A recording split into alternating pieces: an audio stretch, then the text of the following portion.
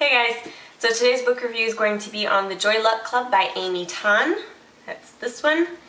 For more information on like how many pages it is and what the publisher is, etc., you can go to my blog, which I will link down below. I started this book, I believe, on the 5th of July when I finished The Witch's Daughter, and I finished this on the 12th of July. I didn't really start actually reading it. I would read maybe 2 pages at a time until I got to probably the 10th of July, and then I really sat down and read it. And actually no, 12th. I pretty much just read it on the 12th, 11th and 12th. Anyway, off track.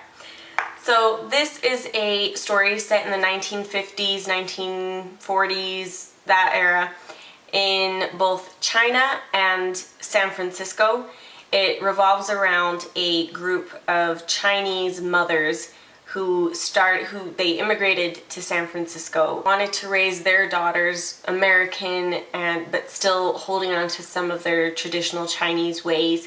Basically, it's a very mother-daughter relationship focused book.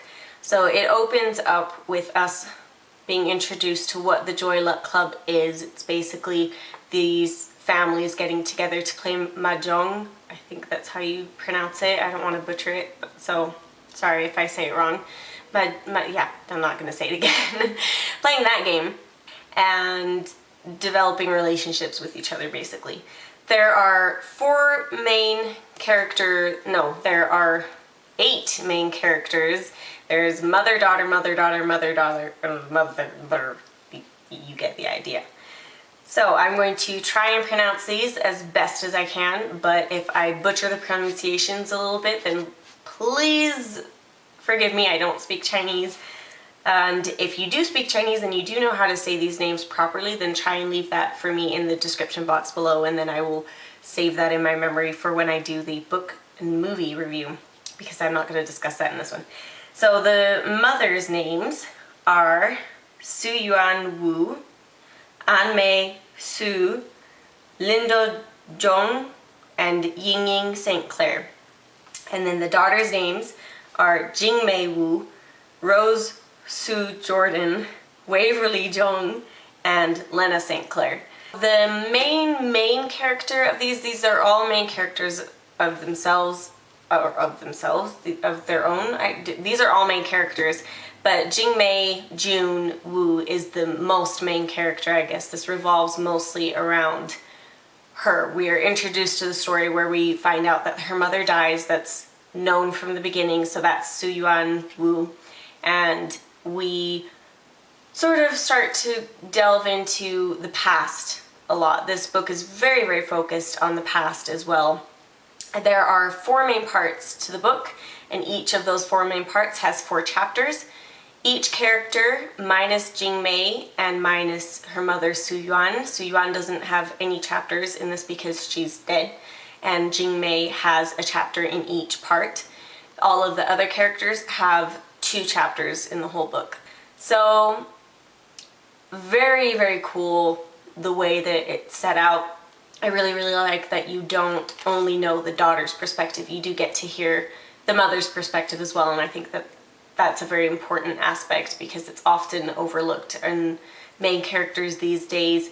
You get to learn about their feelings and how they feel towards their parents, and you kind of get to know a little bit how their parents are feeling by the way that they react, but you never get to go inside the head of the parent, and so I thought that was a really cool aspect of it.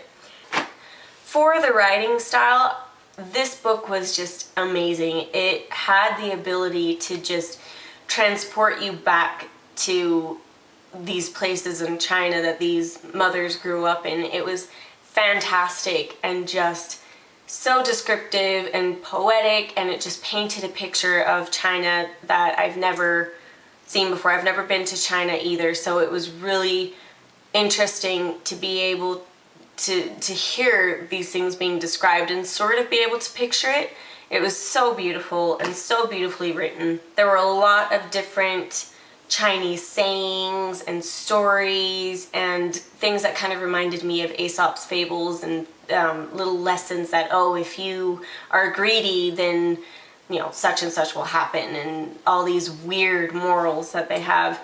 So those are really, really fun to read because they're just so different from America and Europe and our sort of morals and little stories and what are they called? Not lullabies. Like Mother Goose things. They have a name and I can't remember what they're like. Jack and Jill and Up the Hill, blah, blah, blah. Those things. They have so many of those that teach the same morals, but they're told in such a different way, and it's just really, really interesting. When the mothers talk about their past, they tell it in a way, and Amy Tan writes it in a way that you can tell that they're Chinese, even though they're still speaking pretty much grammatically correct and their words are in the right place. You can still hear their accents. You can still hear that they're Chinese at heart, and that even though they do speak English now, their English is still not fluent and they still speak like they're Chinese. And the way that she writes just makes it so clear to you, and you can see it so well. It's really, really interesting because it is grammatically correct English. It is, everything's in its right place, and you're just reading it and you know that it's English, but it sounds Chinese. And I think that she did such a good job with this, especially because there's a part in the book where one of the characters is reading, or we're seeing a Chinese letter being read aloud in English, and I was expecting it to be written down because I believe it's China that writes from top to bottom. If not, then that's going to be really awkward, but I was expecting it to be written in a different way. I wasn't expecting it to be written, you know, left to right. Whatever way it is that we read, I wasn't expecting it to be that way. My brain kind of went, whoa, I thought I was in China. What's going on here? So she really, really accomplished that, in my opinion. When we're reading the sections on the daughters, you can really tell that they're American and they've been raised American with American morals and standards, and that even though they've got Chinese aspects in their life that they still hold strong to, they're very American. And you can tell that they're a little bit ungrateful towards their mothers for raising him in a Chinese way, but that, ooh, hi hot guy. Ooh, sorry. Distraction. But you can really tell that they're a little bit ungrateful for it because they feel like it puts them apart from other American girls. I don't really want to say too much more about this book because there's not a smooth plot. Really the only plot in this whole thing, or the only story that shows through the whole book, is Jing Mei's. And basically at the beginning of the book she finds something out, and so at the end of the book it's kind of the realization of what she does after finding this out. And throughout the rest of the story it's basically just hearing the mother's side of things and why she is the way that she is and what happened to her in her childhood that made her like this, and then hearing the daughters sort of resenting their mothers and then realizing at the end like, oh, probably shouldn't be resenting her so much. And not all of them come to that conclusion, which is good because it sort of fits with some of their personalities that they should come to that conclusion, and it fits with other personalities that they shouldn't. So there really isn't a storyline that I can give you guys. It's basically just memories and flashbacks and the tale of how these women grew up in China and the tale of how their daughters grew up so differently in America and the comparison between the two. And it's done really, really well, so it is still a story, but that's basically the only storyline that I can give you and the only summary that I can give you without giving too much away. I will possibly make a separate video for the book to movie review and go into details. I am going to tell you right now that if I do that, I am going to tell a lot of spoilers. So I will let you guys know if I am going to talk about it and spoil a lot of things.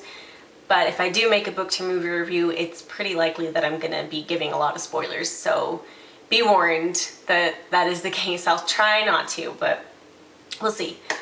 That is The Joy Luck Club. I definitely liked this book. This is going on one of my top must-reads list, especially because this is so out of my normal genre. This is very different from what I would usually read. So I'm really glad that I did read this. I want to give this, I'm going to give this a 6 out of 6. And if you missed my last video, the reason I do 6 is because I don't like 5 because it's uneven numbers or odd numbers. Uneven numbers? Can you even say that? They're odd numbers. So I like to say 6. I was gonna do 4, but 6 seems so much cooler. So I'm gonna do that. So 6 out of 6 for the Joy Luck Club by Amy Tan because it was really, really that good, and I recommend it to all of you guys, especially if you're like me and don't know all that much about Chinese culture besides what you see on movies, and you can't always trust movies. I feel like I can trust this a lot more, and this has given me a much more interesting and I feel like truthful picture of what older China used to be like and their cultures and things like that. And now let me tell you what book I'm reading now. I've already started it because I started it when I finished that one. So I am now reading Fairy Tales and Nightmares by Melissa Marr. I started this on the 12th, and then because it's short stories, I've just been reading 1 or 2 depending. So anyway, I will let you guys know when I finish this.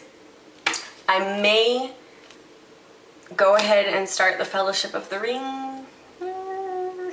I kind of want to because it's really long and I'm really excited to read it, but I will let you guys know on my blog if I do that, and I will leave the link for my blog down below. I'm thepageboy.blogspot.com, and yeah, leave me some comments down there.